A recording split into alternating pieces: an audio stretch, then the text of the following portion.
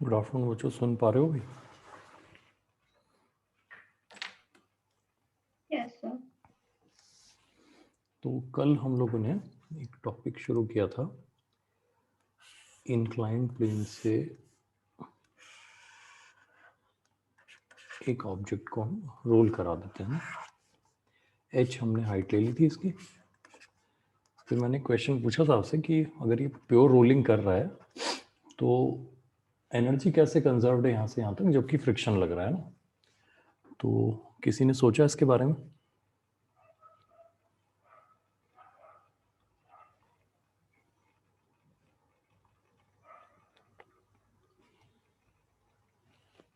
अच्छा, तो इसका रीज़न समझते हैं। देखो कि अगर ये बॉडी रोल कर प्योर रोलिंग में है, इसकी बात समझना, प्योर रोलिंग में फ्रिक्शन ये आगे की तरफ रोल कर रहा है, फ्रिक्शन पीछे की तरफ लग रहा है। अब यहाँ पे पॉइंट क्या है, फ्रिक्शन जिस पॉइंट पे लग रहा है इसकी स्पीड कितनी है। प्योर रोलिंग में पॉइंट ऑफ कांटेक्ट की स्पीड कितनी होती है? 0। तो इसका मतलब ये हुआ कि जो पावर डिलीवर करेगा फ्रिक्शनल फोर्स, पावर वो फोर्स टाइम्स वेलोसिटी होती है ना। ये क्रॉस का सिंबल नहीं लगाना चाहिए कायदे से, मुझे डॉट लगाना चाहिए, एफ डॉट ये होता है। तो ये जीरो हो जाएगा कि नहीं हो जाएगा? पावर डिलीवर्ड बाय फ्रिक्शन कितना हो जाएगा? जीरो, क्योंकि इस पॉइंट की वेलोसिटी कितनी है? 0। जीरो है। अच्छा, इसको इस तरह से भी समझ सकते हैं। मान लो पावर वाली बात हमें पूरी तरह से ना समझ में आए तो हम ये कह सकते हैं इस पॉइंट के पास दो वेलोसिटी है कायदे से। एक है वीसीएम आगे की तरफ और एक है ओमेगा आर पीछे की तरफ। ये बात ठीक है ना? Yes sir. तो हम एक बात कह सकते हैं, फ्रिक्शन यहाँ पे दो तरह के काम कर रहा है। फ्रिक्शन एक तो लीनियर मोशन पे काम कर रहा है और एक एंगुलर मोशन पे काम कर रहा है। ठीक है ना? ध्यान देना, लीनियर मोशन आगे की तरफ हो रहा है तो फ्रिक्शन पॉजिटिव वर्क कर रहा है या नेगेटिव वर्क कर रहा है, मुझे ये बताओ। नेगेटिव। नेगेटिव वर्क कर रहा है, बात ठीक है ना? यानी फ्रिक्शन की वजह से ट्रांसलेशनल काइनेटिक एनर्जी क्या हो रही है? कम हो रही है ना? इसका एक और मैं आपको मतलब प्रूफ दे देता हूं। वो ये है कि अगर मान लो ये फ्रिक्शनलेस सरफेस होती तो क्या ये बॉडी रोल करती बेटा? No sir. नहीं करती ना। तो उस वक्त ये सीधी की सीधी स्किड करती हुई यहां से नीचे आती, एकदम ऐसे सीधे स्लिप होते हुए। इसमें ये वाला मोशन होता ही नहीं, एंगुलर मोशन होता ही नहीं। यानी जब ये बॉडी यहां पहुंचती, ये सारा का सारा एमजीएच किस में कन्वर्ट हो गया होता? Half half mv M square. M V square में। ये बात ठीक है ना? अच्छा, लेकिन जब ये बॉडी रोल करते हुए पहुंचेगी तो हमने तो देखा था कि जो एक, मान लो ये सॉलिड स्फीयर है ना, फॉर थोड़ी देर के लिए सॉलिड स्फीयर मान लेते हैं। तो सॉलिड स्फीयर में 5/7 ऑफ एनर्जी जो होती है वही सिर्फ ट्रांसलेशनल काइनेटिक एनर्जी होती है। याद आ रहा है? Yes sir. इसका मतलब 2/7 ऑफ एनर्जी जो एमजीएच का पार्ट हो सकती थी वो तो लॉस हो गई, यस सर। है ना? उतनी मिली नहीं इसको, लेकिन वो किस में कन्वर्ट हो गई? वो एनर्जी किस में कन्वर्ट हो गई? ये जो 2/7 पार्ट है ये कौन सी एनर्जी बन गया अब?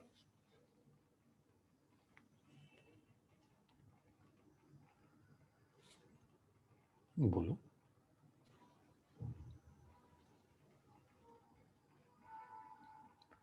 ये 5/7 पार्ट जो है एमजीएच का, ये तो बन गया ट्रांसलेशनल काइनेटिक एनर्जी। तो ये जो 2/7 पार्ट है ये क्या बन गया?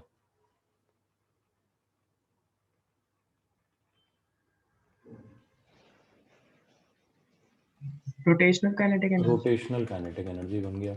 अब यहाँ पे देखना, फ्रिक्शन ने जो टॉर्क दिया है वो क्लॉकवाइज दिया है कि नहीं दिया है?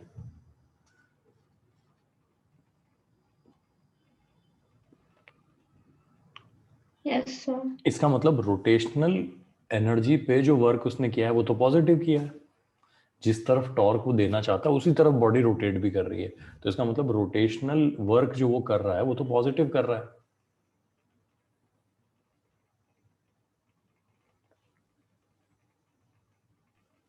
Yes sir.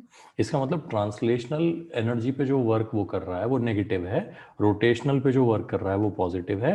ओवरऑल वर्क जो वो कर रहा है वो कितना है? 0. 0 है, ये बात ठीक है ना। तो एक प्योर रोलिंग मोशन में फ्रिक्शन का वर्क डन 0 क्यों होता है, इसको आप बहुत तरह से एक्सप्लेन कर सकते हो। पहला एक्सप्लेनेशन तो ये है कि जिस पॉइंट पे लग रहा है उसकी स्पीड 0 है, hence friction is not delivering any power to the motion, एक बात।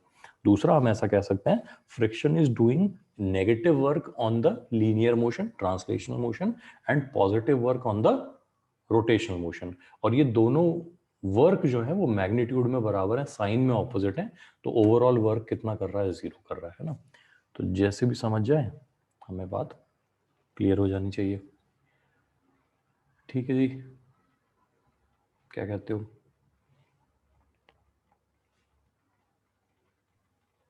Yes, sir. ठीक है। अच्छा, अब ये जो क्वेश्चन है कि अगर कोई बॉडी रोल करते हुए नीचे आए तो एट द लोएस्ट पॉइंट उसका VCM कितना होगा। तो इसका बहुत इजी तरीका है। सबसे पहले आप सोच लो, मान लो ये सॉलिड स्फीयर होता, तो हम कहते हैं mgh जो इसने लूज किया, उसकी वजह से इसने क्या गेन किया, half m VCM square plus half ICM omega square. एक इक्वेशन तो ये है। दूसरी बात, ये mgh यानी टोटल इनिशियल एनर्जी का कितना फ्रैक्शन है, कोई बताएगा मुझे? ये फॉर अ सॉलिड स्फीयर ये पार्ट टोटल एनर्जी का कितना फ्रैक्शन है? 5/7. 5/7। तो क्या मैं ऐसा कह सकता हूँ, half m VCM square is equal to mgh into 5/7। कर लेंगे ऐसा? तो मेरे पास जो VCM की वैल्यू आएगी वो अंडर रूट ऑफ 10gh/7 आ जाएगी।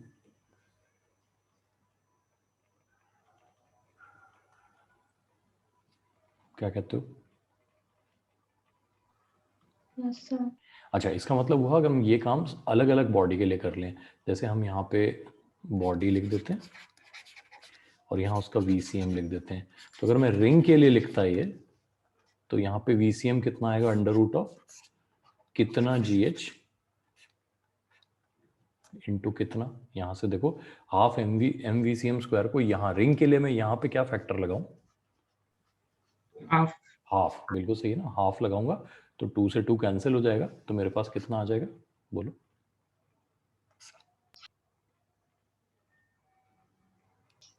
Under root GH। Under root GH ही आ जाएगा, बिल्कुल सही है ना। रिंग के लिए ये हो गया। अच्छा, डिस्क के लिए कर लेते हैं। डिस्क के लिए कितना हुआ? डिस्क के लिए ये वाला फैक्टर कितना होगा डिस्क के लिए?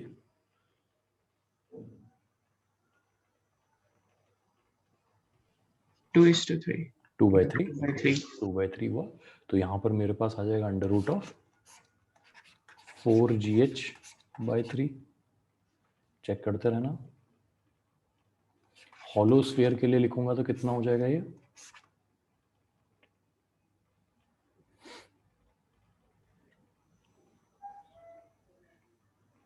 हॉलो स्फीयर में ये वाला पार्ट कितना होता है? 3/5। 3/5। 3/5 लिखूंगा तो मेरे पास कितना आ जाएगा? 6GH/5 आ जाएगा। चेक कर लेना। सॉलिड स्फीयर के लिए हमने देख ही लिया कितना हो गया, 10GH/7। 10GH/7 कर लेंगे ऐसा।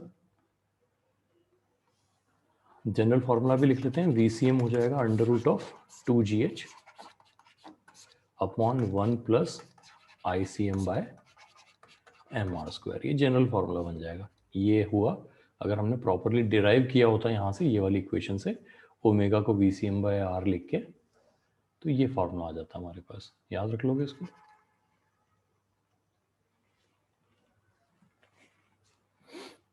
Yes. ये जो वाली वैल्यूज हैं ये याद रखने में कई बार फायदा हो जाता है। एक क्वेश्चन करके देख लेते हैं। नोट कर लिया सबने पहले?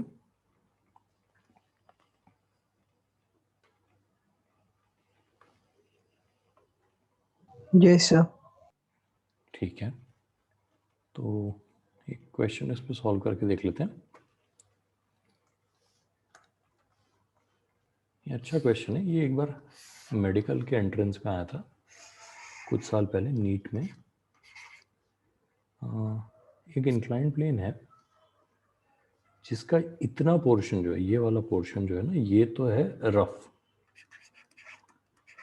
आधा रफ है ये और आधा स्मूथ है।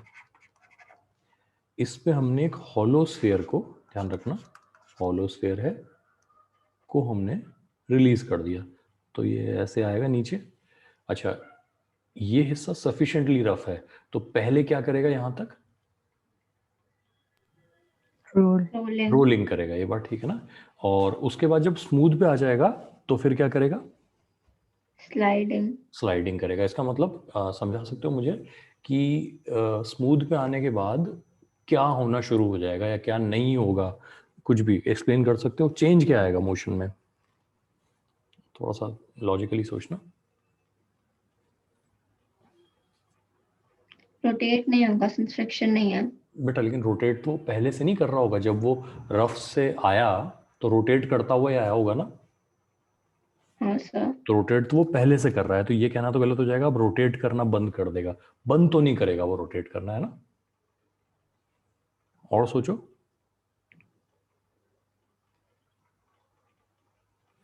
फ्रिक्शन लगना बंद होने से किसका नुकसान हुआ, रोटेशनल एनर्जी का या ट्रांसलेशनल एनर्जी का।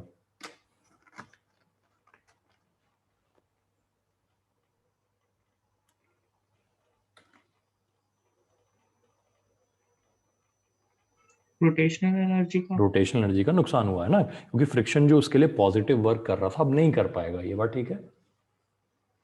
तो इस हिंट को लेते हुए बताओ कि एक बार वो स्मूथ पे आ गया तो उसके बाद क्या होगा या क्या नहीं होगा, जो भी मतलब अपनी तरफ से लगे वो बताओ।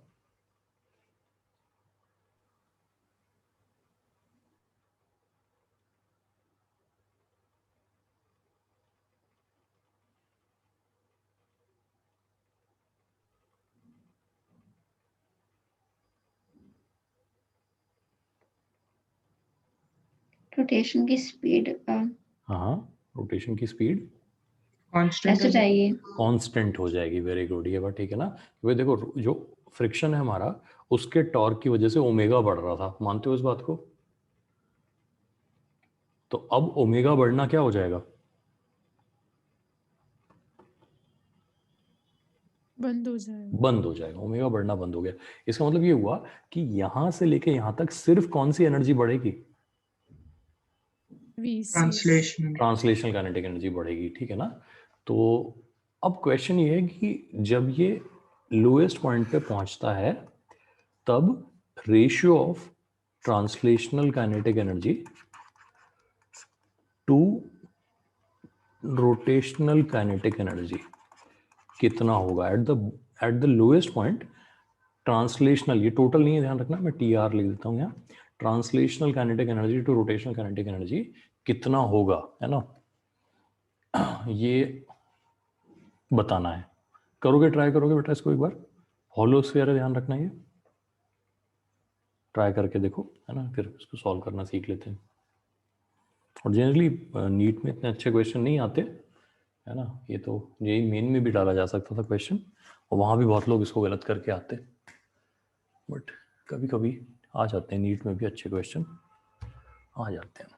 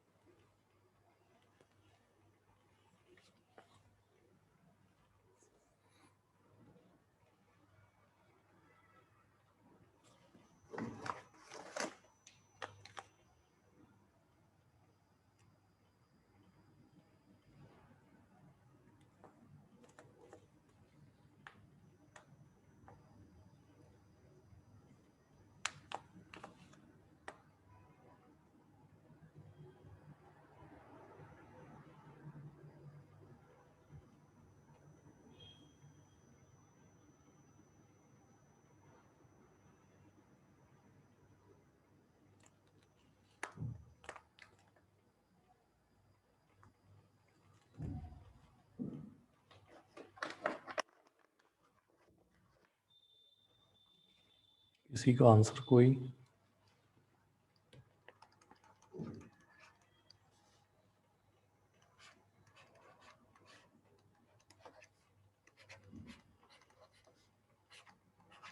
इधर देखो, ऐसा कह देते हैं हमारे इंक्लाइंड प्लेन के दो पार्ट हैं, ये भी h हाइट का है, ये भी h हाइट का है, ठीक है ना, आधा आधा हो गया ना, समझ में आ रहा है सबको?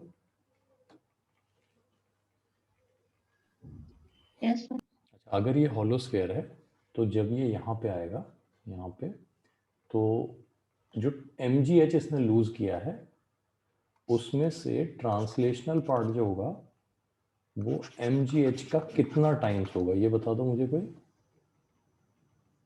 mgh का कितना टाइम्स होगा? 3/5. 3/5, वेरी गुड। और रोटेशनल पार्ट कितना होगा mgh का कितना? 2/5. 2/5, ये बात ठीक है ना। अब ध्यान रखना इस पॉइंट के बियॉन्ड जब वो यहाँ चला जाएगा तो ये जो रोटेशनल पार्ट है अब ये चेंज नहीं होने वाला है, ये उतना का उतना ही रहेगा। क्लियर है? बोलो भाई। Yes sir. अच्छा, तो जब ये यहाँ से यहाँ आएगा तो फिर से mgh लूज करेगा?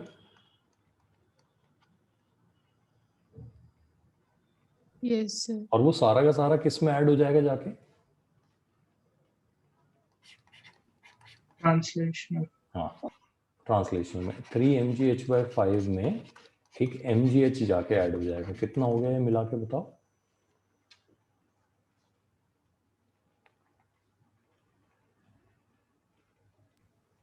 8 mgh/5.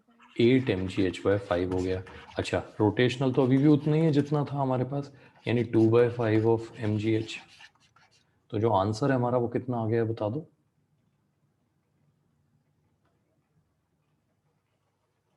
ये रेशियो कितना आ गया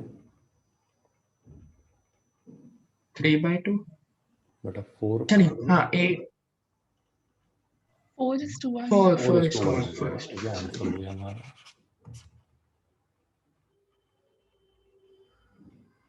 एक बार अच्छे से देख लो, देखो इसको।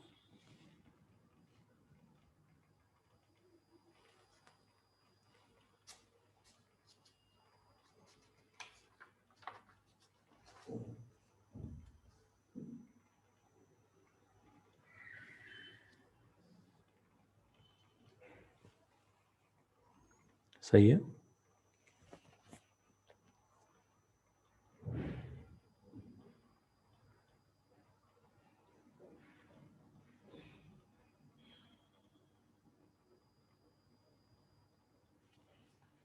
ठीक है, तो इसको एक बार देख लेना, समझ गए होंगे होपफुली। इसको एक कॉन्सेप्ट है, हमें डिस्कस तो इसको पहले ही कर लेना चाहिए था लेकिन अब कर लेते हैं। इसको कहते हैं radius of gyration. Radius of gyration, कई बार इसको लोग गायरेशन कह देते हैं बट वो गलत होता है। तो रेडियस ऑफ जायरेशन क्या है इसको समझते हैं ना। इसको के से कभी कभी डिनोट कर देते हैं, रेडियस ऑफ जायरेशन को के से।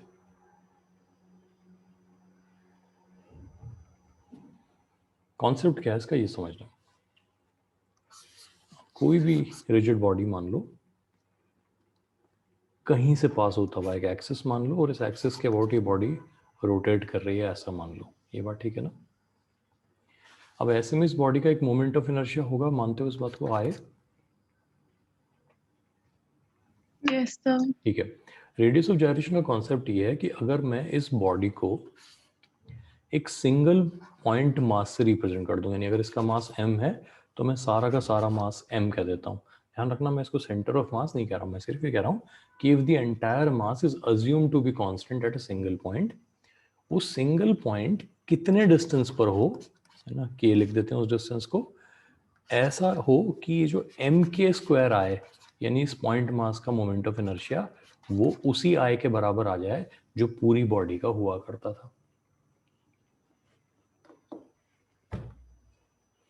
थोड़ा सा समझने की कोशिश करो इस बात को, नहीं तो और समझाता हूँ।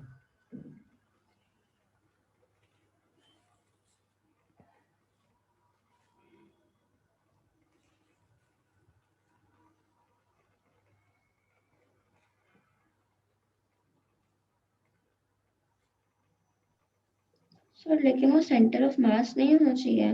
बेटा वो सेंटर ऑफ मास नहीं है, मैं यही बात कह रहा हूँ ना, समझो इस बात को कि सेंटर ऑफ मास तो हम ये कहते हैं कि एक ऐसा पॉइंट है जहां हम सारा मास अज्यूम कर सकते हैं, है ना, कर सकते हैं। यहां हम एक्चुअली क्या कर रहे हैं, पूरी बॉडी को कंडेंस करके क्या बना दे रहे हैं, एक पॉइंट मास बना दे रहे हैं।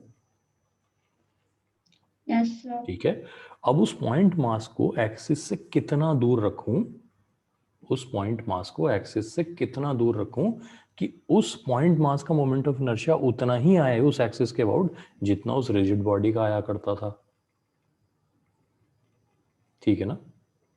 Yes, sir. इसमें सेंटर ऑफ मास क्यों नहीं एप्लीकेबल, ये बात सोचना। मान लो कि हमारा एक्सिस सेंटर ऑफ मास से ही पास होता, जैसे मान लो एक डिस्क है ना, डिस्क का सेंटर ऑफ मास के अबाउट मोमेंट ऑफ इनर्शिया कितना होता है, mr square by 2. mr² होता है। लेकिन अगर मैं सेंटर ऑफ मास का कॉन्सेप्ट ले लूं तो सेंटर ऑफ मास तो इसी एक्सिस पे लाई करेगा ना।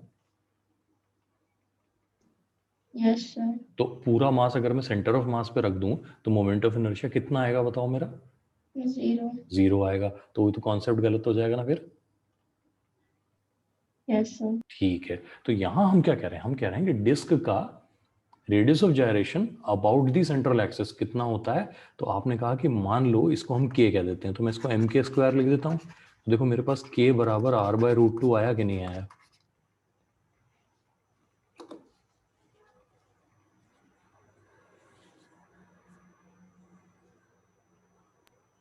Yes, Yes, sir. sir. Yes, sir. अब इसकी इसकी फीलिंग लेने की कोशिश करना, कहना क्या चाह रहा है। ये कहना चाह रहा है कि अगर ये डिस्क अपने सेंट्रल एक्सिस के अबाउट एज अ डिस्क घूमती है तो इसका एक सर्टेन मोमेंट ऑफ इनर्शिया होता है। Yes, sir. अगर ये इसी एक्सिस के about as a single point घूमे तो कितने डिस्टेंस पर रखूं उस पॉइंट को कि उतना ही मोमेंट ऑफ इनर्शिया आ जाए।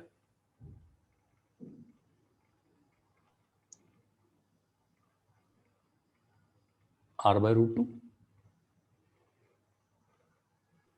Yes, sir. ठीक है ना। अच्छा, अब मान लो यही काम हम एक सॉलिड स्फीयर के लिए करते हैं। एक सॉलिड स्फीयर अपने किसी डायमीटर के अबाउट रोटेट कर रहा है, तो यहाँ हम रेडियस ऑफ जायरेशन पूछते हैं अपने आप से कि अगर मैं इस पूरे सॉलिड स्फीयर को एक सिंगल पॉइंट से रिप्रेजेंट कर दूं तो सिंगल पॉइंट को मैं mk² ये लिख सकता हूँ मोमेंट ऑफ इनर्शिया। ये बराबर 2/5 mr² होना चाहिए कि नहीं। Yes, sir. तो k बराबर √2/5 ऑफ r होना चाहिए कि नहीं।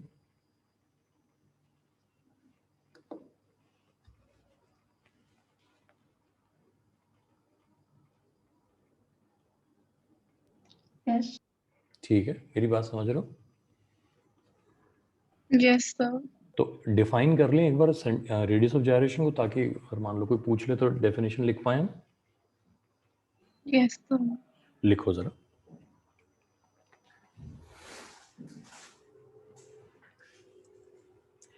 लिखो, the radius of gyration of a rigid body, the radius of gyration of a rigid body about a given axis, the radius of gyration of a rigid body about a given axis refers to the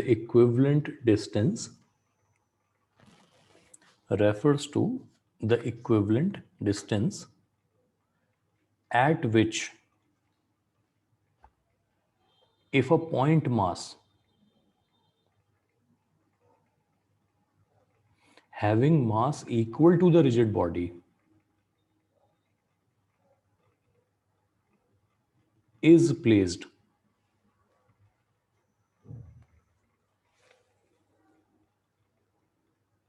will have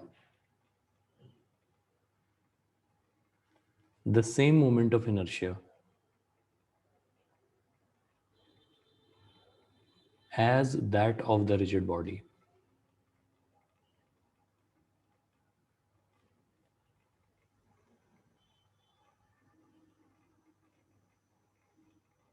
लिख लिया।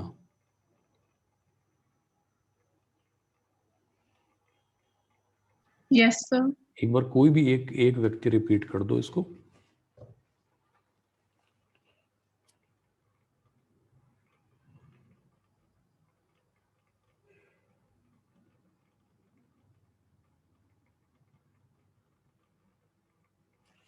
The radius of gyration refers to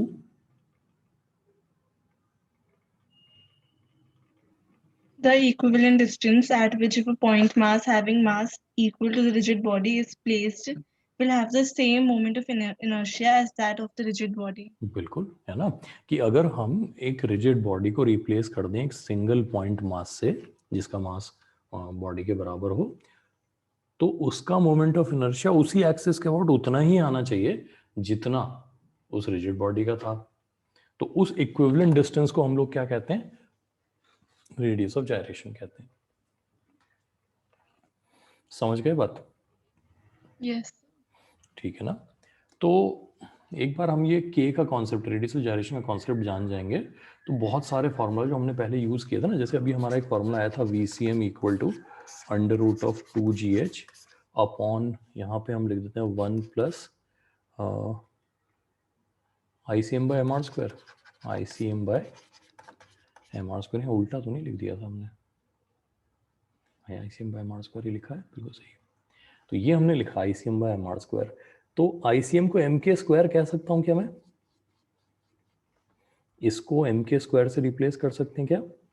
yes sir. तो यहाँ पर मेरे पास यही formula, same formula ये बन जाएगा ना, under root 2GH upon 1 plus K square by R square.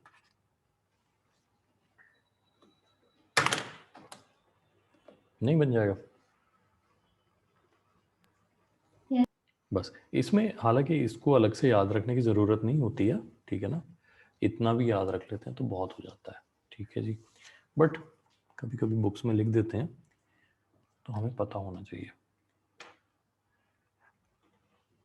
तो अगर किसी सिस्टम का रेडियस ऑफ जायरेशन बताने को पूछा जाए तो बता दोगे? जैसे मान लो मैं आपसे पूछूं कि एक रॉड है, एक रॉड अपने इस एक्सिस के अबाउट रोटेट कर रही है, इसका रेडियस ऑफ जायरेशन बताओ कितना होगा?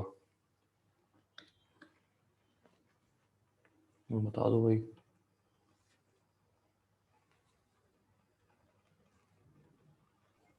R/√3। L/√3 बिल्कुल सही है।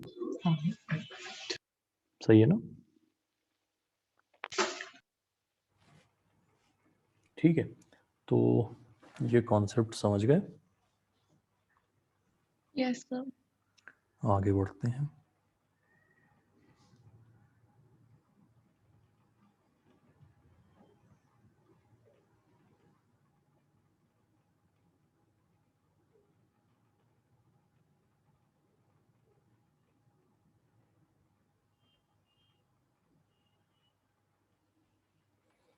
ठीक है जी, अब बात करते हैं हम लोग एंगुलर मोमेंटम की। हाँ, एंगुलर मोमेंटम, इसको L, कैपिटल L वेक्टर से डिनोट करते हैं हम लोग। अच्छा, होता क्या है? तो वैसे तो ये होता है मोमेंट ऑफ लीनियर मोमेंटम। बहुत दिनों से हम लोग ये टर्म पढ़ रहे हैं मोमेंट ऑफ। तो जब भी हम मोमेंट ऑफ एनीथिंग लेते हैं तो वो क्या बन जाता है? आर क्रॉस एनीथिंग, है ना। तो यहाँ ये किसका मोमेंट है? एंगुलर मोमेंटम किसका मोमेंट है? लीनियर मोमेंटम का। तो मैं इसको आर क्रॉस पी कह सकता हूँ, ठीक है ना। अच्छा, हालांकि इससे हमें कुछ समझ में नहीं आएगा होता क्या है, तो इसको समझने की कोशिश करते हैं। सबसे पहले हम लिखते हैं एंगुलर मोमेंटम, है ना, angular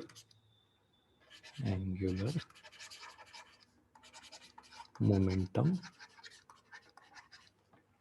of A point mass particle. Point mass, है ना, एक पॉइंट मास का एंगुलर मोमेंटम कैसे लिखा जाता है। तो सबसे पहले तो आपको ये समझना पड़ेगा कि angular momentum like all other rotational quantities हमेशा किसी पॉइंट के अबाउट लेते हैं। तो आपने मान लो इस पॉइंट O को लिया, तो इसको हम यहाँ पर लिख देते हैं अबाउट O। ये O हमारा ओरिजिन हो गया एक तरीके से। अब लेट से हमारा पार्टिकल है यहाँ और ये जा रहा है इस तरफ, है ना, ये हो गया इसका वेलोसिटी वेक्टर। तो यही डायरेक्शन इसके मोमेंटम का भी हो जाएगा। बात समझते हो? m टाइम्स v वेक्टर कर दें, सही है ना। अच्छा, ओ से एम को अगर ज्वाइन कर दें तो ये जो बनेगा इसको कौन सा वेक्टर कहेंगे हम? ये कौन सा वेक्टर हुआ? Position vector. पोजीशन वेक्टर, इसको आर कह देते हैं, ये बात ठीक है ना? तो अब देखो जो हमारी डेफिनेशन है आर क्रॉस पी वो यही वाली है। इस आर वेक्टर का मैं इसको डॉटेड लाइन बना देता हूँ ताकि टेल टू टेल आ जाए, यहाँ से एंगल थीटा भी आपको दिखना शुरू हो जाएगा। इस आर वेक्टर का क्रॉस प्रोडक्ट लेना है मुझे किसके साथ?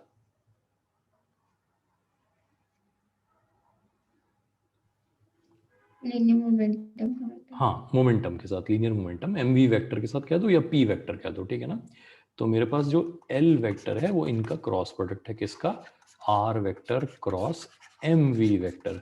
अब ये देखो एम तो कांस्टेंट होता है, तो एम यहाँ लिख देता हूँ मैं और आर क्रॉस वी ऐसे लिख देता हूँ। बात आ रही है समझ में? अच्छा, फिर क्रॉस प्रोडक्ट लेने का एक तरीका हमने टॉर्क में सीखा था, वो था लाइन ऑफ एक्शन पे परपेंडिकुलर ड्रॉप करने वाला लीवर आर्म, याद आ रहा है सबको?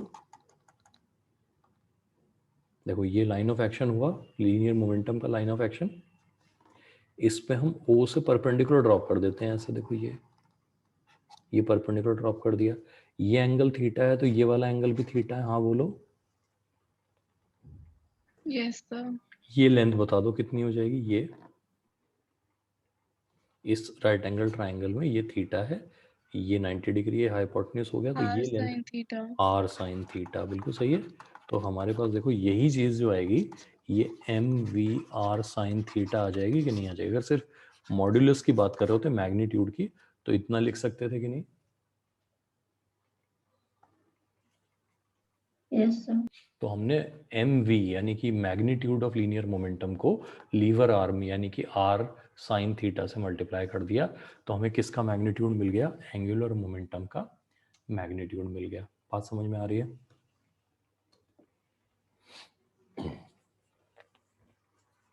Yes sir.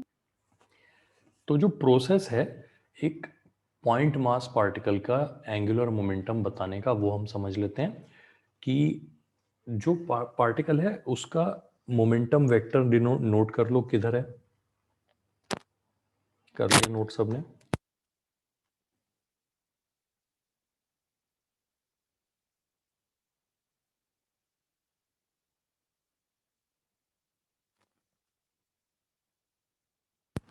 फिर उस पार्टिकल को जिस पॉइंट के अबाउट आपका एंगुलर मोमेंटम लेना है, जो हमारा ओरिजिन या पॉइंट ऑफ ऑब्जर्वेशन कह देते हैं, उससे एक स्ट्रेट लाइन में ज्वाइन कर दो, वो बन गया आर वेक्टर। अब इन दोनों वेक्टर्स का क्या लेना है आपको? क्रॉस प्रोडक्ट लेना है।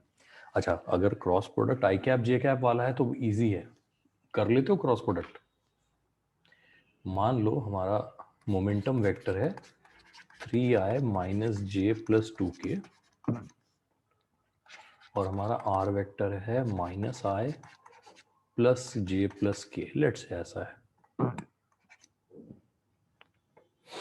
इनका क्रॉस प्रोडक्ट लेके बता सकते हो कितना होगा? मुझे क्रॉस प्रोडक्ट लेना आता है, याद है सबको? Yes sir. करके बताओ जरा।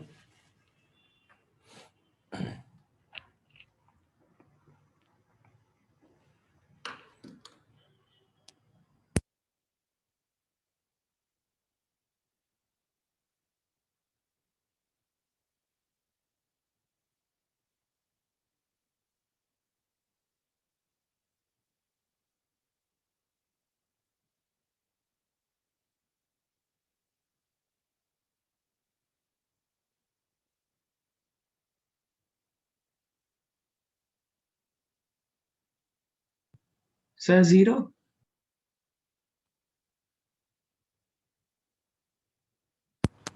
जीरो तो नहीं लग रहा है इसका आंसर। देखो दो वेक्टर का क्रॉस प्रोडक्ट तब जीरो होता है अगर वो पैरेलल या एंटी पैरेलल हो। ये पैरेलल एंटी पैरेलल तो कहीं से नहीं लग रहे हैं, है ना? अच्छा, उसके बाद अगर आपका आंसर कुछ भी आ रहा है तो चेक करने का तरीका क्या होता है?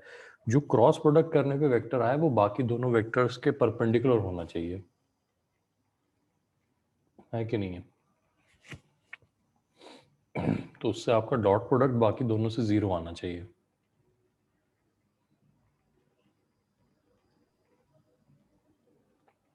अनवी आपका ठीक है आंसर एकदम।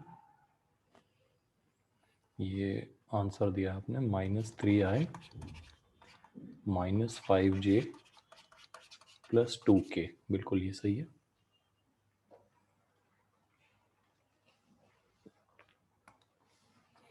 तो थोड़ा सा प्रैक्टिस कर लो, है ना, कि क्रॉस प्रोडक्ट वो जो हम करते थे ना, ऐसे मैट्रिक्स बना के सॉल्व करते थे, आई जे के लेते थे, फिर उसमें r क्रॉस p लेना है हमें। तो ये वाला पहले लिखेंगे, -1 1 1 3 -1 2। उसके बाद i bracket -j bracket +k bracket लिख देंगे। और ब्रैकेट कैसे भरेंगे i वाला भरने के लिए?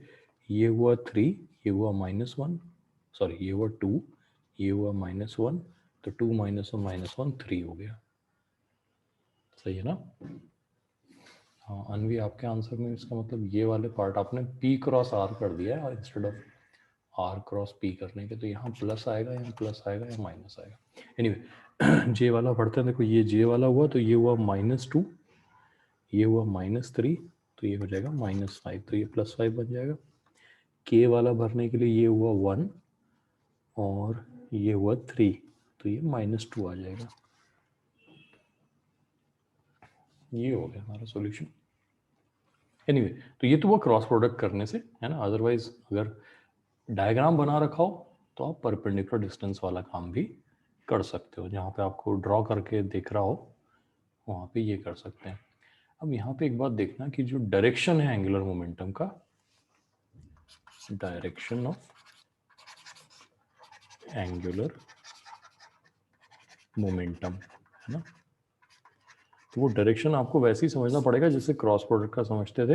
अगर ये r वेक्टर है और ये p वेक्टर है, तो जो r क्रॉस p होगा, r क्रॉस p होगा, वो इनटू द प्लेन होगा। ये क्रॉस का मतलब समझते हो ना, into the plane. r cross p जब आप करोगे, अपने हाथ रख के r की तरफ उंगलियां घुमाओगे तो थंब आपका अंदर की तरफ पॉइंट करेगा। तो ये इनटू द प्लेन वाली बात एक बार क्लियर कर लो, है ना।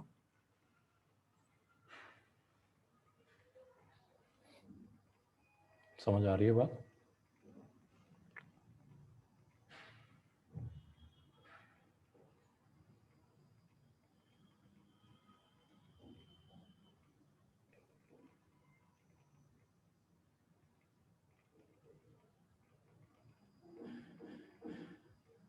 समझ गए? Yes, sir. ठीक है। एक बात और देखना, ये जो हमारा पार्टिकल है, अगर ये इसी वेलोसिटी से चलता रहे, थोड़ी देर बाद ये यहाँ से उठ के यहाँ आ जाएगा। मान लो यहाँ पे आ जाता है, अब एक नया r वेक्टर हो जाएगा। इसको मैं r1 लिख देता हूँ। मुझे बताओ इसका एंगुलर मोमेंटम बदला कि नहीं बदला? एंगुलर मोमेंटम बदला या नहीं बदला? चेंज हुआ या नहीं हुआ?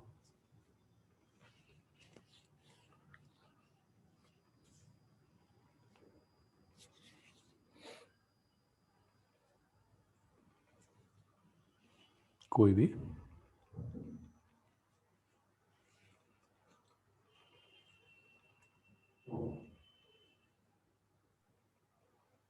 होना चाहिए ऐसे तो। होना चाहिए। चलो देख लेते हैं। सबसे पहले देखते हैं, ये एंगल बदला, बोलो हाँ। हाँ सर। ये ट्राइंगल बदला, बोलो हाँ। हाँ सर। क्या ये परपेंडिकुलर बदला? हाँ सर। ना सर, क्या बात कर रहे हो?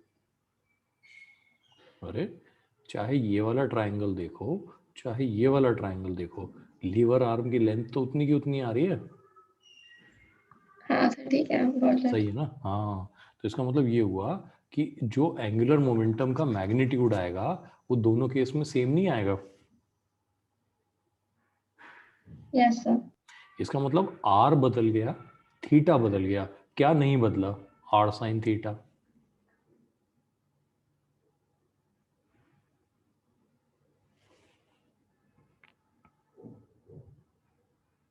सही है? Yes sir. ठीक है, तो इससे कंक्लूड क्या कर रहे हैं हम? कंक्लूड ये कर रहे हैं, लिख लो इसको ना, एज अ स्टेटमेंट लिख लेते हैं। The angular momentum of a particle the angular momentum of a particle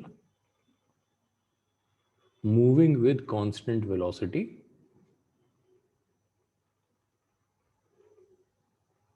about a fixed point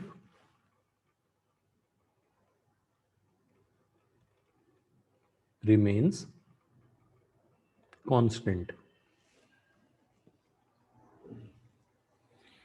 Remains constant.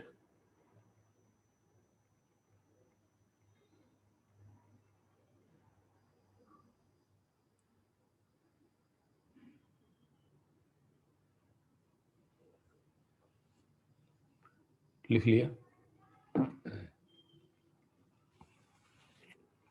अगर एक पार्टिकल कांस्टेंट वेलोसिटी से चल रहा है तो उसका एंगुलर मोमेंटम किसी फिक्स पॉइंट के अबाउट हमेशा क्या रहता है?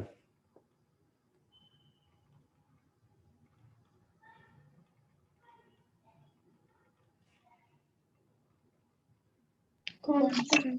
कांस्टेंट रहता है। इस बात को ध्यान रखना है ना। ठीक है, तो ये तो हम समझ गए बात। अब एक बात करते हैं, एंगुलर मोमेंटम, एंगुलर मोमेंटम लिखो जरा, angular momentum of a rigid body.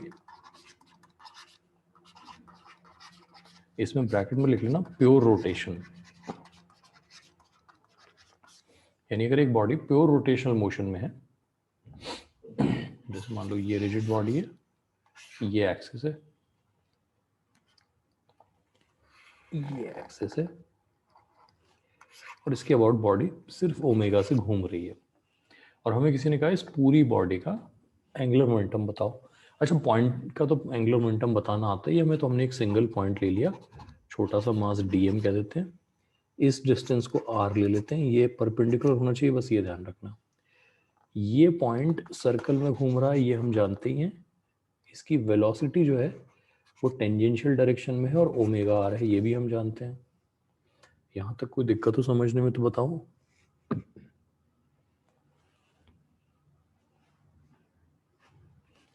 तो जो छोटा सा एंगुलर मोमेंटम बनेगा इस पार्टिकल का वो कितना होगा? DM M into R into V. Into क्यों कर रहे? परपेंडिकुलर है तो साइन थीटा तो 1 है, तो आर की जगह आर लिख देते हैं और ओमेगा आर लिख देते हैं। ओमेगा आर स्क्वायर आ जाएगा कि नहीं? एक बार अच्छे से देख लो ये। ओमेगा आर हो गई वेलोसिटी टाइम्स आर, और एंगल 90 डिग्री है तो साइन थीटा 1 हो गया। सब कुछ ठीक है अपनी जगह अभी तक?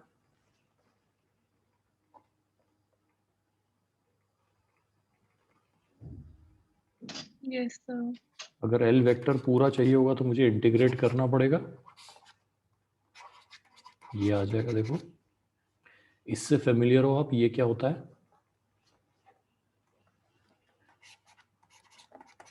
ये क्या चीज है?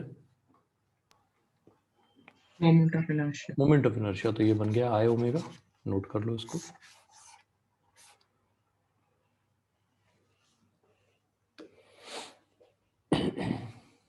नोट करो, फिर कुछ समझने वाली बात है वो समझ लेते हैं। सबसे पहली बात, एंगुलर मोमेंटम एक रोटेशनल क्वांटिटी है, लाइक ऑल रोटेशनल क्वांटिटीज इसमें एक्सिस इंपॉर्टेंट होता है। तो कोई आपसे पूछे इस बॉडी का एंगुलर मोमेंटम बताओ, तो क्या कहोगे आप?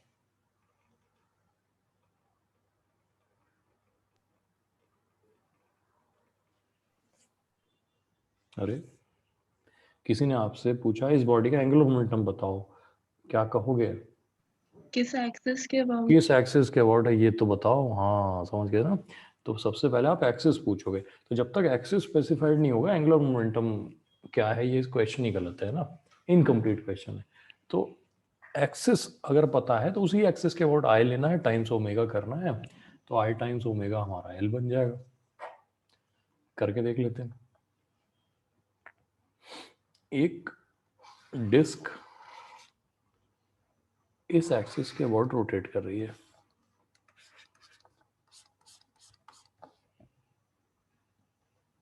ये एक्सिस डिस्क के प्लेन के परपेंडिकुलर एज से पास कर रहा है। बताओ इसका एंगुलर मोमेंटम कितना लिखूं? ओमेगा है यहाँ पे।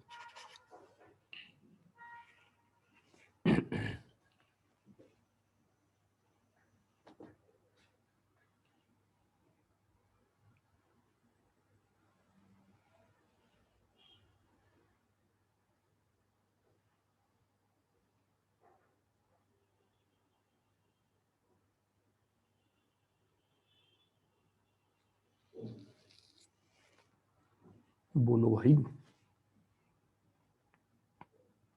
Sir 3/2 mr square omega. बिल्कुल सही है, बिल्कुल सही है, एकदम सही है ना। तो बस एक्सिस के अबाउट मोमेंट ऑफ इनर्शिया ठीक से लिख देंगे तो आंसर हमेशा ठीक आ जाएगा। कर सकते हैं ऐसे? Yes, sir. ठीक है। तो ये तो हो गया एक बॉडी जो प्योर रोटेशनल मोशन में है उसका एंगुलर मोमेंटम लिखना। अब बात करते हैं हम लोग एंगुलर मोमेंटम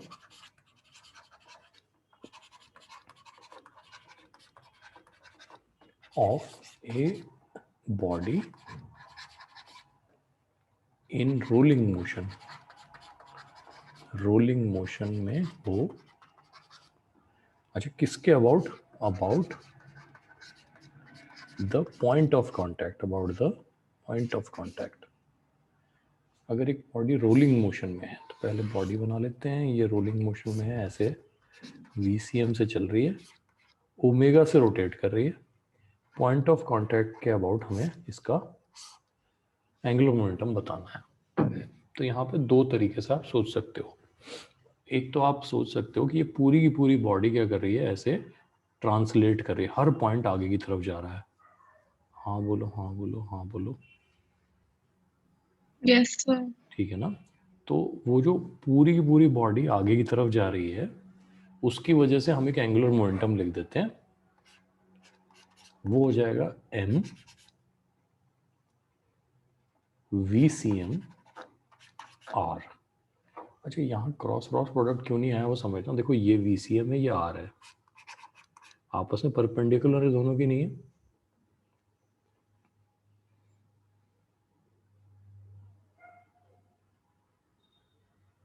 Yes, sir. है। तो बस m VCM R आ गया, ये 90 डिग्री है तो अपने आप 1 हो जाएगा। अच्छा अब ये क्लॉकवाइज है कि एंटी क्लॉकवाइज है, बस इतना बता दो मुझे। ये जो m VCM R है इसको देख के आपको क्या लग रहा है, ये क्लॉकवाइज है कि एंटी क्लॉकवाइज है?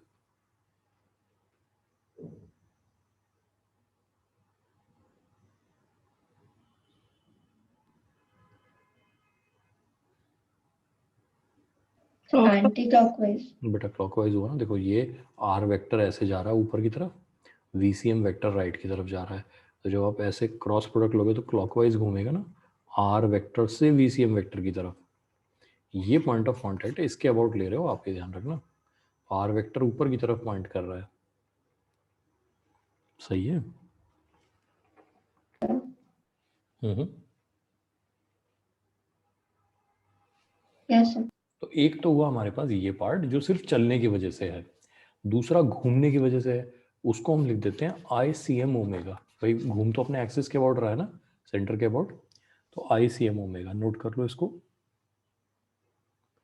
यानी इसके पास दो एंगुलर मोमेंटम है, एक चलने की वजह से MVCM R, एक घूमने की वजह से ICM ओमेगा।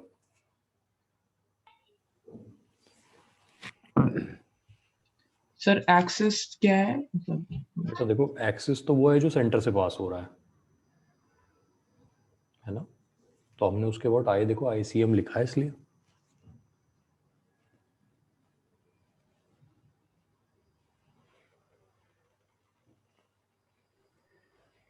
क्या कहते हो? सेंटर से परपेंडिकुलर की मतलब? हाँ सेंटर से परपेंडिकुलर। बॉडी जब रोटेट करेगी तो कैसे करेगी, ऐसे ही करेगी ना। ऐसे इमेजिन कर लो, 3D में समझाता हूँ। देखो एक सिलेंडर है जो रोल करता हुआ आ रहा है, ये सिलेंडर हुआ, ये रोल करता हुआ आ रहा है ऐसे, तो ये एक्सेस होगा कि नहीं होगा? Yes sir. आगे बढ़ रहा होगा, ऐसे जा इधर रहा है, देखो जा इधर रहा है और ऐसे रोटेट कर रहा है, तो इस एक्सिस के बाद रोटेट कर रहा है ना, यस सर। तो ऐसे ही हो रहा है। लिख लोगे ऐसे?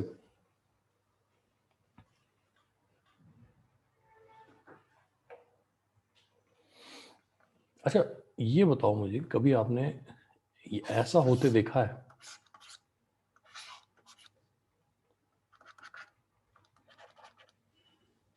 ये कंडीशन देखी है कभी? Yes sir. एग्जांपल दे दो। सर जैसे बॉल अगर बहुत तेज हिट और मतलब क्या करो? अगर सर अगर हम बॉल को पीछे रोटेट करके हाँ आगे पीछे पुश बैक कर स्पिन है ना, बिल्कुल। हाँ तो इसको ना बैक स्पिन कहते हैं। बैक स्पिन, इसको टॉप स्पिन कहते हैं अगर क्रिकेट की भाषा में बात करें तो, है ना। फॉरवर्ड स्पिनिंग भी कह सकते हैं, बट है ना क्रिकेट में इसको टॉप स्पिन कहते हैं। तो बैक स्पिन का मतलब होता है आपने बॉल को फेंका तो आगे है, लेकिन घुमाया किस तरफ है? उल्टा, है ना। इट इज गोइंग फॉरवर्ड लेकिन उल्टा घूमते हुए जा रही है। तो ऐसे में अगर मैं ये पार्ट लिखूं तो क्या ये दोनों सेम साइन के होंगे, MVCMR और ICM omega about the point of contact? क्या ये दोनों सेम साइन के होंगे? If a body has a back spin, क्या उसका MVCMR और ICM ओमेगा सेम साइन के होंगे? यस और नो?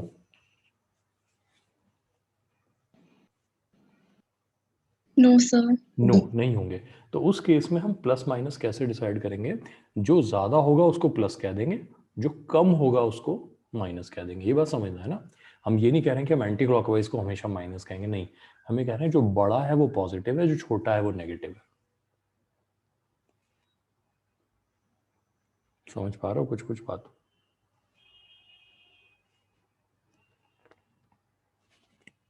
एग्जाम्पल ले लेते हैं। एक सॉलिड स्फीयर है, इसको मैंने VCM से चलाया और ओमेगा से उल्टा घुमा दिया। मुझे बताओ MVCMR ज़्यादा है या ICM ओमेगा ज़्यादा है? ओमेगा को, एक मिनट, ओमेगा को V/R भी लिख देता हूँ। यानी यही ओमेगा अगर क्लॉकवाइज होता तो प्योर रोलिंग की कंडीशन हो जाती, अभी नहीं है ना। तो ओमेगा है V/R। तो अब मुझे बताओ MVCMR ज़्यादा है या ICM ओमेगा ज़्यादा है?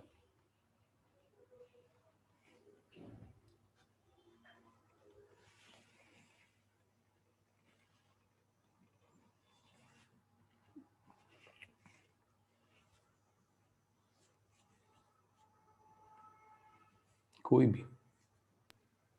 Sir MVCMR। MVCMR ज़्यादा है, बिल्कुल सही बात है ना। किसी को नहीं समझ में आया कैसे ज़्यादा है तो पूछ लेना यार, मैं लिख के समझा दूंगा आपको। तो MVCMR ज़्यादा है ICM ओमेगा से, तो हम क्या करेंगे, MVCMR को पॉजिटिव ले लेंगे और आई जो है वो ICM ओमेगा हमारा नेगेटिव हो जाएगा। तो ऐसे में अगर मैं आपसे पूछूं L कितना है, तो आप कहोगे MVCMR minus ICM omega minus 2/5 MR²। Omega की जगह क्या लिख दूंगा, V/R। एक R कट जाएगा तो ये बन गया कितना, 3/5 ऑफ MVCMR।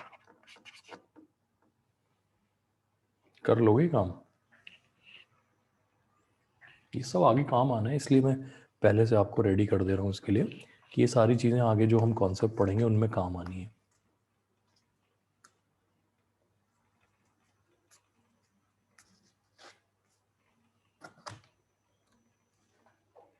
चलो मान लेते हैं। एक पॉइंट यहाँ पे समझना, न्यूटन सेकंड लॉ में हम लोग लिखते थे F external equal to dP vector by dt लिखते थे ना ऐसे। बोलो हाँ ना। Yes, sir. इसका मतलब किसी बॉडी का मोमेंटम उस रेट पे चेंज करता है जितना उसमें नेट एक्सटर्नल फोर्स लगता है, सही बात है ना। अच्छा यही सेम चीज रोटेशनल मोशन में क्या बन जाती है, F की जगह क्या आ जाना चाहिए यहाँ पे, बोलो रोटेशनल में? Torque.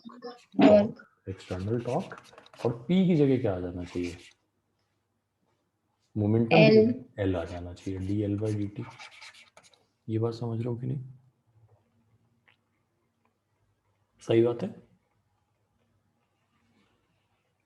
अब ये स्टेटमेंट क्या कह रहा है कि अगर किसी बॉडी पे एक्सटर्नल टॉर्क लगे तो जो उसका rate of change of angular momentum होगा वो मैग्नीट्यूड में टॉर्क के बराबर होगा कि नहीं होगा?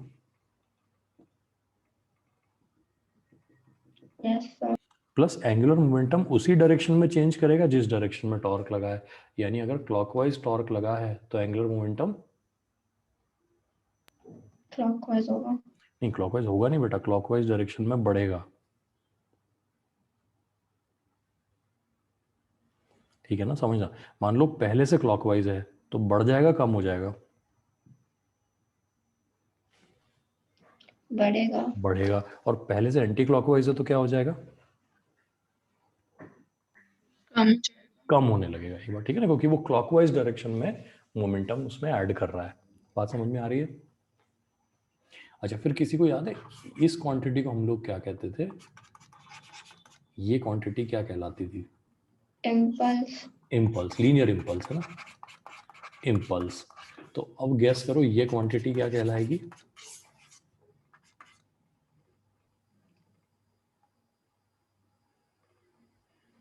Angular impulse. Angular impulse, angular impulse. ठीक है। अच्छा, इम्पल्सिव फोर्स होती थी, याद है सबको? Impulsive force Yes, sir. क्या होती थी? इम्पल्सिव फोर्स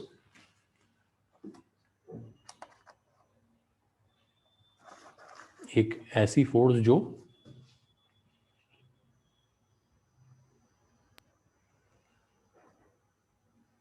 इम्पल्स प्रोड्यूस कर। अरे बेटा, एक ऐसी फोर्स जो मैग्नीट्यूड में बहुत लार्ज हो और बहुत कम टाइम के लिए लगे और उसके लगने की वजह से मोमेंटम चेंज हो जाए। सही है ना? Yes, sir. तो इम्पल्सिव टॉर्क क्या होगा उसी लॉजिक से? एक ऐसा टॉर्क जो मैग्नीट्यूड में बहुत लार्ज हो, बहुत कम टाइम के लिए लगे और क्या कर जाए? Angular momentum. एंगुलर मोमेंटम को चेंज कर जाए। ये बात ठीक है ना?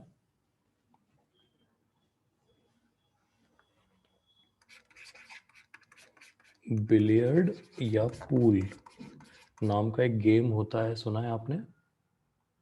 Yes sir.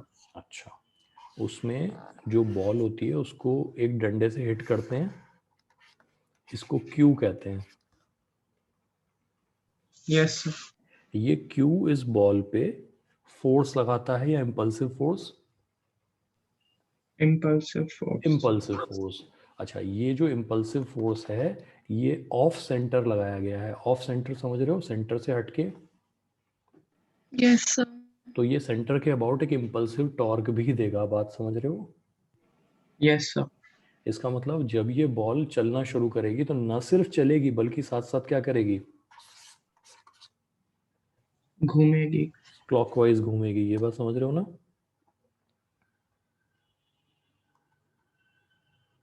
Yes sir.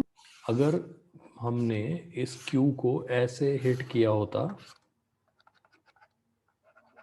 ये सेंटर है, अब क्या होगा? रोटेट नहीं करेगी पर सीधी जाएगी, ऐसे है ना, ये सीधी जाएगी इस तरीके से। ये बात समझ रहे हो?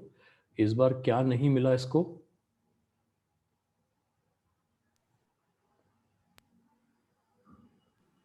Torque. Impulsive torque. हाँ, इम्पल्सिव टॉर्क नहीं मिला, मतलब एंगुलर जो मोमेंटम है वो नहीं गेन कर पाई है। इस केस में क्या गेस करते हो आप, क्या होगा? ये बॉल एंटी क्लॉकवाइज रोटेट। जाएगी तो ऐसे ही, यस सर। लेकिन रोटेशन ऐसा होगा इसमें। ये तीनों तरह के शॉट जो होते हैं बिलियर्ड में इंपॉर्टेंट होते हैं। कभी खेला है किसी ने एक्चुअली पूल या बिलियर्ड खेला है? Yes sir. ये वाला शॉट क्यों मारा जाता है, कब मारा जाता है, क्या काम होता है इसका?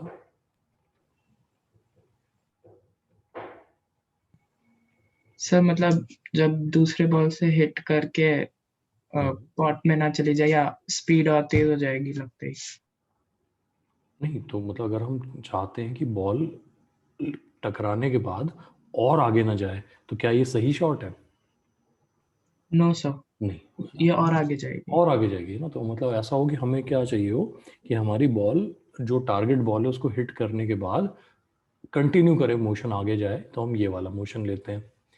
है ना, जब हम हेड ऑन हिट कर रहे होते हैं, यानी कि हम चाहते हैं ये बॉल टकराने के बाद रुक जाए, तो हम ऐसा वाला शॉट लेंगे, और हम चाहते हैं बॉल टकरा के वापस लौट के आ जाए, तो हम ये वाला शॉट लेंगे। यानी जब ये बॉल आगे जाएगी, टारगेट बॉल से टकराएगी, तो लीनियर मोमेंटम ट्रांसफर कर देगी और ये वाला मोमेंटम बचा रह जाएगा, तो लौट के वापस आना शुरू हो जाएगी। सबसे मुश्किल शॉट कौन सा होता होगा, देख के क्या लग रहा है आपको? सेकंड वाला। सेकंड वाला मुश्किल है? मैं इनफैक्ट ये जो होता है ना, हाँ, सबसे मुश्किल ये है, ठीक है ना। इसमें क्या होता है कि आपको वो जो स्पीड देनी होती है वो बहुत ज़्यादा देनी होती है और बहुत कंट्रोल करके देनी होती है। बहुत ज़रूरत से ज़्यादा दे दी तो नुकसान है, अगर ज़रूरत से कम दी तो जो ये रिवर्स इफेक्ट चाहते हो ना वापस आने वाला, वो आप अचीव नहीं कर पाओगे, है ना। तो इसके लिए बहुत एक्सपीरियंस चाहिए होता है कि आपको बॉल जहाँ पे वापस चाहिए, है ना, ये देखने में जितना आसान लगता है कहीं ज़्यादा मुश्किल होता है ना। यूट्यूब पे मैं आपको लिंक भेज दूंगा, एक बहुत ही अच्छा बिलियर्ड का प्लेयर है उसका, हाँ, तो आप समझ जाओगे कि कितना टैलेंट चाहिए होता है बॉल को सही जगह वापस लाने के लिए। एनीवे, कंटिन्यू करते हैं हम इसको। अब हमारे पास बचा है, लिख लो, principle of conservation of angular momentum, ये हमारा नेक्स्ट टॉपिक हो जाएगा, principle of conservation of angular momentum. सबको principle of conservation of linear momentum याद है?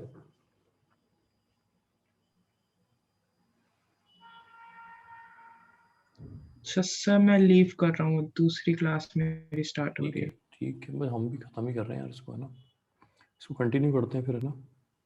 Thank you sir. Okay ji.